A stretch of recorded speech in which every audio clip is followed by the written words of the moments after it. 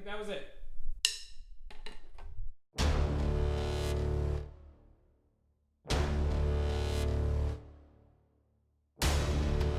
Snare drum.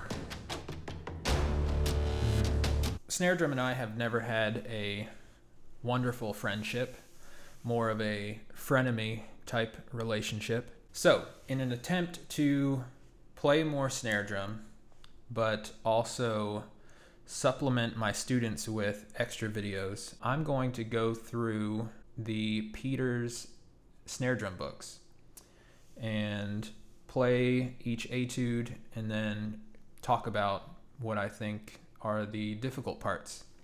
So this is etude number 1 from the intermediate book. If you do not have a copy of it, check the description and I will link to where you can buy a copy on Steve Weiss. So yeah, here it is.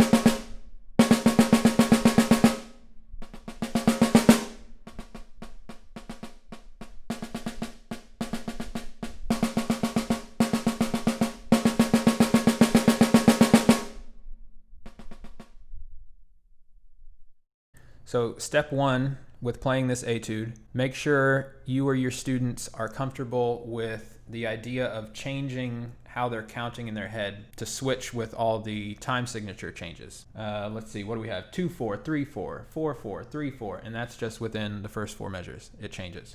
The idea or the concept of having to think about how many beats per measure, that's just step 1 into figuring this one out.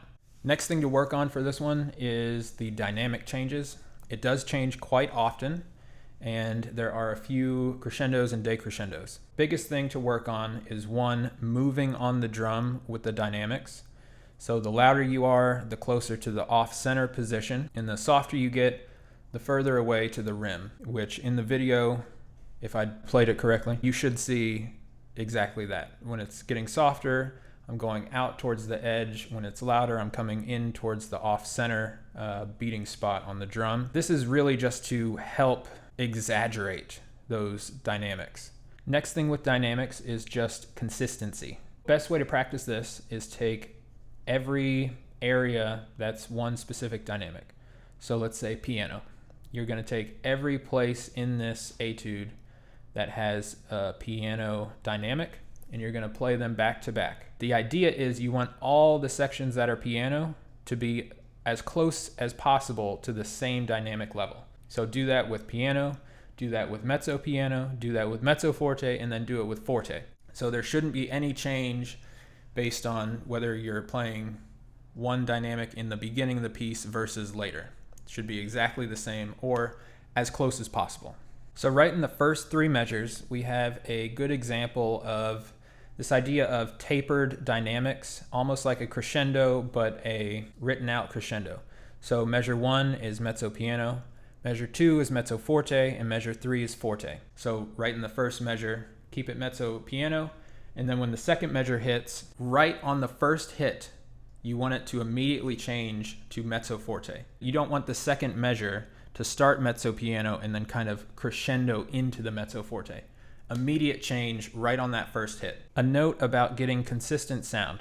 So you probably saw that I was playing a lot of right hands in a row. This is solely to get as similar a sound as possible between consecutive hits.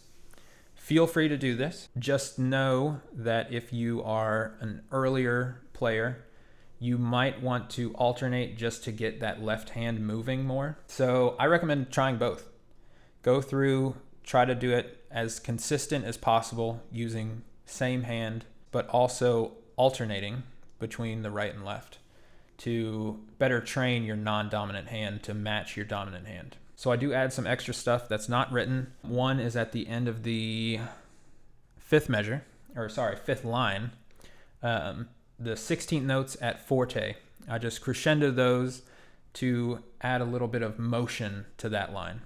And then the next one is second to last line at the end. Same exact thing, forte, 16th notes, just a little bit of crescendo to make it feel like it's really going somewhere. So feel free to do that. Feel free to not do that. Feel free to add some stuff in other places as long as it's tasteful and it sounds good. I don't care. No one's going to arrest you for adding in a crescendo. All right, Peter's Intermediate Etude 1 is done. If you have any questions, comment down below and I will get back to you as soon as I can. Subscribe for more updates to see the future videos of this little snare drum experiment journey, and check out my back catalog. I have a bunch of recordings on YouTube from recitals and just all kinds of stuff. All right, I will see you next time for Intermediate Etude number 2. See ya.